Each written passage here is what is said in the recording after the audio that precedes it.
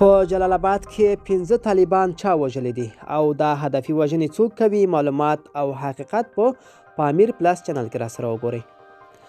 د روسیې خبري اژانس اسپوتیک خبر ورکړی چې پرون مازدیګر ناوخته د ننګرهار ولایت په مرکز جلال آباد ښار کې ناڅرګند وسلوالو د طالبانو 15 جنګیالي وژلي دي.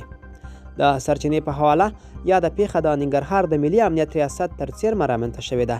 ویل شوي چې وسلوالو کسانو په یو موټر کې پر ناستو طالبانو ډزې کړي او دوی 15 تنه وژلي دي. اسپوتیک د وژل شوي کسانو په اړه نور جزئیات نه دي ورکړي.